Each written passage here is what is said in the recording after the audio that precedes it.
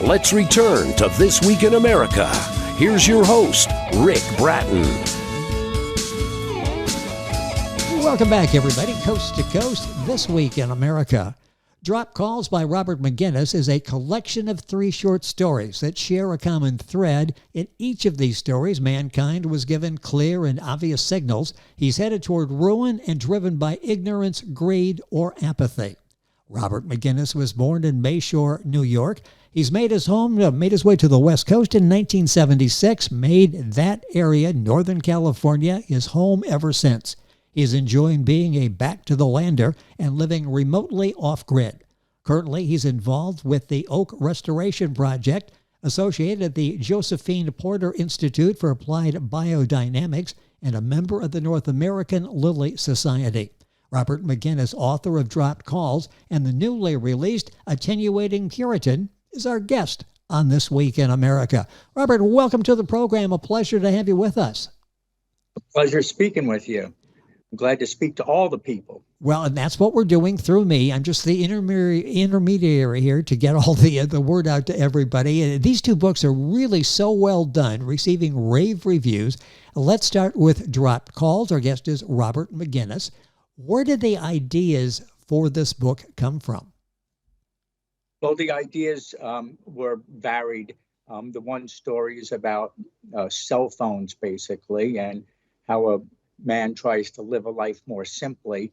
And even though he doesn't have a phone, phones interrupt his life on the regular basis.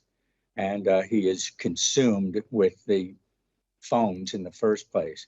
The second story is actually ripped from the headlines, and we try not to get into the news of it all. But I think if you read it, you'll understand which headlines they're ripped from and who the characters are in that story.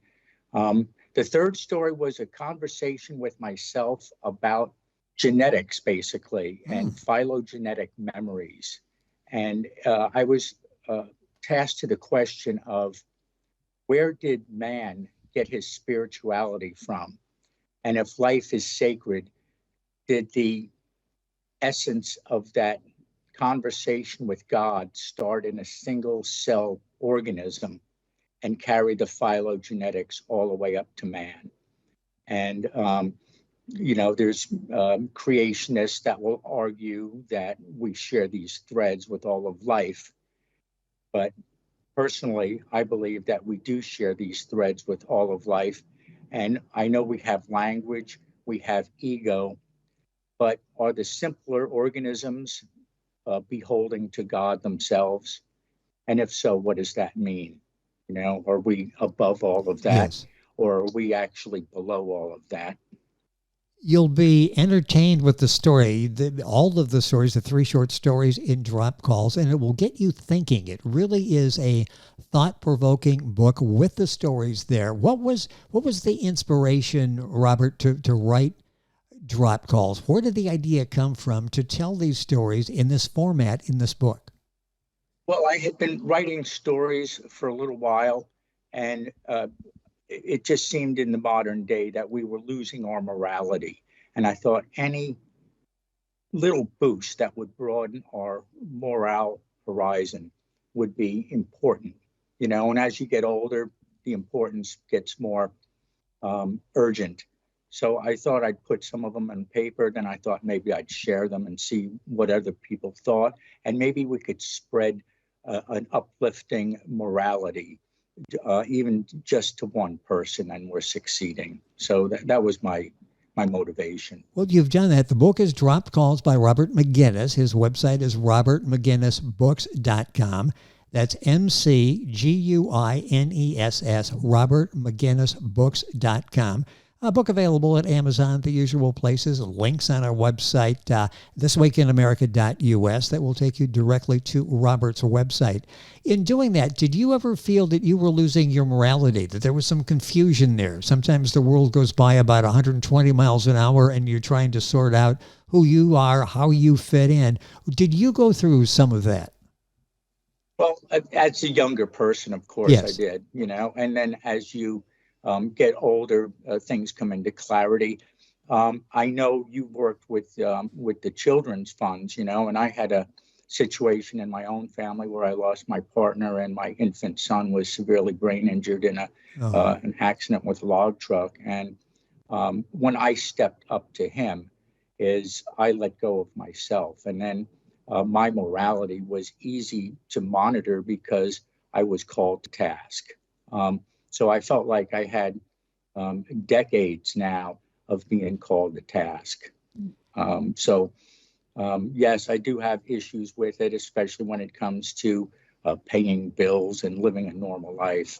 But I try to put one righteous foot in front of the other. Well, it's interesting because you take that perspective and you share it in the 3 short stories in Dropped Calls. Where does the title Dropped Calls come from? I love that. How did you come up with that? But to tell you the truth, it really was on the spot because I had submitted the 3 stories to a publisher, and all of a sudden they needed a name for all of them. And I thought, well, if God is calling us and we don't respond to him, and then we don't hear him, the calls are dropped. Thus, Dropped Calls is the name of the book. I love the name. I love the meaning behind that. How this whole thing came about. That was sort of like divinely inspired, wasn't it? On the spur of the moment, you're able to come up something that really resonates. It was divinely inspired, and it definitely. I didn't think about it. Sometimes things are better when we don't. We just let some force take over, and that's how the book got titled Dropped Calls. Our guest is the author, Robert McGuiness. His website, robertmcguinnessbooks.com. Link on to our website to get there, thisweekinamerica.us. So many people have been moved, continue to be moved by what they're reading in the book. What revelations did you have as you were writing and now after writing Dropped Calls? The first story I was really, when I thought about it, is, I was on the boat with everyone about conspiracy theories with the phone. And then I really realized that he didn't even have a phone with him and he was interrupted. And the things that he did were human. He responded to where he thought he was needed. And that was important. And he's never going to find a life more simply as long as he's responding to where he thinks he's needed. That was one revelation. The second story is after I wrote it, I really thought about the dream catcher transmitting the universe to an individual, and the individual was too small to handle the universe. And I thought that he was an egotist. The signaling was afferent. It was terrestrial and transitory. And when he fell away and conversed with the other dream catcher, that's where the big change happened, where all of a sudden now he was altruistic and efferent and celestial and eternal. And the transitional egotist has no place in the eternal love that the universe is about. So it's a natural transformation, but it was, that's what I really thought about is here we've changed this person from the egotist to the altruist, and that's really what needs to happen in the world today. The third story, I don't have that much to say about it other than, like I was saying earlier, is that through our evolution there is spirituality in the very original single-celled units when they thanked God for the life that they were given. Without the language, without the ego, was there just this gene that was there that gave thanks? And did we evolve with that gene, or was it something different? So, how do you hope people's lives will be impacted by Dropped Calls? What influence would you like this book to have on them?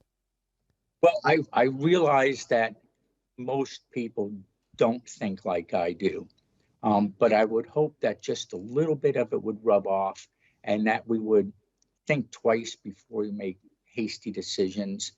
I think that we would try to grow compassion in our everyday lives. And that's really what it's all about. Can we be more compassionate? I think Yes. that most of the problems that we have now are because of a lack of compassion. With us on the program is Robert McGuiness. The book we're talking about right now, going to move on to the second one here in a few minutes, is Dropped Calls. The book is available. 3 short stories will get you thinking. Very well done, thought-provoking. The book available at Amazon, Barnes & Noble. Both books available from Robert's website, robertmcguinnessbooks.com. Links for those on our website, thisweekinamerica.us. The second book, Attenuating Puritan. What inspired this story? Where did this idea come from? Well, initially, I was going to write a World War type story where the 99%ers gathered up the 1% and injected them with the genes so they could eat plastic and clean up their mess. And the more I thought about it, the more I thought that we're putting blame somewhere where we don't want to put blame. And it is more of a lesson if one person takes on the weight of the world, not looking for excuses, and takes action. And that's really what he can bring to the people, so we can all learn from him to take action. And he uses his biologic self to attenuate the toxins in the environment. And if you think about 8 billion organisms trying to attenuate the toxins in the environment, also with the mindset that they're not going to make a mess anymore, is the potential for cleaning it up is real. And I'm not saying to put yourself in harm's way. I'm just saying be conscious about it and realize the powers that you have to heal, to have faith, and to move forward. So how much of the story is based on real life events or situations? Well, the character is fictitious, of course. But when I'm talking about places in America and certain toxic situations, most of those are reality. We talk about the islands of trash, of course. Yes. We talk about issues that one might have, like fertility issues or failing livers or different types of cancers. Those are all in our real world, and then some of the sites that he will visit are places that actually exist. What do you hope to account? Oh, yeah, I'm sorry, finish that thought. I was going to say is that it's amazing to me that we could have a Superfund site that encompasses a whole town, and that people are eating in restaurants and sending their kids to school there. And to me, that is absolutely just almost unacceptable. It Yes. is what it is, and we have to learn to accept what we have. But to fathom that, it just seems a little bit out there, So I try to come to terms with that. The whole entire town is in a Superfund site, and the real estate values are holding steady. Like, how does that happen? Well, sometimes things happen that defy logic. I mean, you're trying to make some sense of it, and you can't.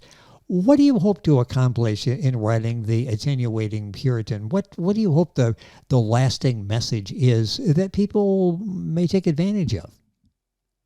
Well, I hope that they're empowered to use their bodies in a way that they haven't used before, and realize that, yes, it's okay to have a little bit of non-organic food, and yes, it's okay to drink some water that hasn't been tested, and those types of things, and have enough faith, which is what's missing in a lot of it. And the other thing is to quit buying so many consumer goods that are unnecessary. Yes. I think that's where I mentioned the World Counts, which is a real site, and you can go there and it tells you how much toxic material was made in a particular year, how many tons of it, and the meters are just spinning nonstop. They just keep going. And just to slow those meters down a little bit would be extremely helpful. And for people to be aware of those sites and be conscious of that, because I think that in the end, we're going to want to make good choices, and we're going to want to be in it for a lot longer haul. I mentioned at one point, is your portfolio worth 20 years of your children's future? Is it worth your grandchildren? So you really have to think about where you invest your money and think about the long term of where this money goes. And is it going to be good 20 or 50 years down the line from now? It's only money, and it's if we're a little more conscientious of that, we all benefit. A lot of consequences to our actions, and you think about those as you read this book, The Attenuating Puritan by our guest Robert McGuiness. What did you learn from thinking the story through, researching the story, and writing it? What impact did this have on you? I really enjoy the fact that he goes to such lengths fearlessly to try to clean up the Garden of Eden. Once you start thinking that way, there's not a food wrapper you can look at. There's not a place you can look at in any town in America where there's another story that's there. They're everywhere. You know what I mean? And yes, and that's what the issue is why are these stories in every little town in America? And what are we doing about it? Are we trying to fix the problem, or are we just ignoring it and creating more? So hopefully we can try to fix these problems a little bit. Just bringing awareness to it. So obvious, and then you do ask yourself, why haven't we attacked this before? And it seems like we wait till the very brink before we decide to do something. With that in mind, where does the Puritan go from here? To tell you the truth is I've thought about that often. I think there's, an infinite amount of stories. So I'm going to continue writing with him. You read the end of the book? I'm not sure. Have you read the end of the book? Well, yes, and that's why I was sort of asking to see where we can go next. I think he's going to have to come back home and continue cleaning up in his neighborhood. I think that's what's going to have to happen. So, we'll make something happen where he's at now. But then he'll come home and he'll have another 50 tales to tell. Well, that's good. We'll look forward to that. And that's, I guess, where it all begins, in our backyard. Before we take on somebody else, we need to use that as an example and clean up the area that we're living in, the environment that we're living in. We've got a few minutes left in the program. Do you have any lines or anything from the book you'd like to share with us? I'd love to share a little bit of them. Please. And I'll say, quiet yourselves. Listen. Can you hear where you're needed? I am the attenuating Puritan, and though I am pure in thought, word, and deed, my behaviors occasionally reflect the toxins my forefathers have bequeathed. Lord, must I do the dew? Brominated vegetable oil binds to my iodide receptors, attenuating in my thyroid and mimicking schizophrenia. God, oh Lord, forgive me for my reactive tongue. And though I have a pineal gland as large as a grapefruit, I'm uncertain if it's from the ritual fluoridations or a true gift from you, my Lord, of spiritual wealth. Your disciple grows weary and must seek repose. With every breath, attenuating. With each and every thirst that is quenched, attenuating. And with every gift from thy bounty, attenuating. Purity through me. Onward towards the pristine, through the divine. Amen. So well done. Thank you for that. And I see an audio book in the future for that. You would do an excellent job with that. Any thought about doing that? No, somebody else is going to be doing the reading, but and they haven't heard from me. but I really wanted to bring that character to life. And I want people to be able to feel him when he's suffering. And I want him to be suffering for the people, but I want that to come out in the voice. So I don't want some plain guy reading just the words. I want him to breathe life into it, on the brink of death, breathe life into it. Well, you did that. You've captured the spirit of the Puritan. The book is The Attenuating Puritan. That's one of two books we discussed today with the author Robert McGuiness. The first book was Dropped Calls. Robert McGuiness, if you're Googling, that's McGuiness. Important because his website is robertmcguinnessbooks.com. Books available at Amazon, Barnes & Noble, usual places. The author's marketing representative, King Pages Press. I thank them, kingpagespress.com, for arranging our conversation today. And if you go to Robert's website, information there on these two books and anything new that he's working on, you can stay up to date with Robert there as well. Robert, it's been a pleasure, a thought-provoking program. I loved having you on, having our conversation. Thank you for joining us on the program today. Thank you, Rick. I really appreciate being here. It has been a pleasure. Robert McGuiness. The books are available at robertmcguinnessbooks.com. The books are Dropped Calls and The Attenuating Puritan. Links on our website, thisweekinamerica.us. And that's what you're listening to. And we're back on This Week in America right after these messages. This Week in America is online. You can visit our website, thisweekinamerica.us. Scott Pinkerton, associate producer of This Week in America. Jay Anderson, segment producer. Ben Watson, webmaster. Otto Bechet, director of engineering and TV production. This Week in America produced and is a trademark of Blue Funk Broadcasting, LLC. For information on all of our guests and to listen to this week's show, our website again at thisweekinamerica.us. And I'm Sean Bratton, executive producer of This Week in America.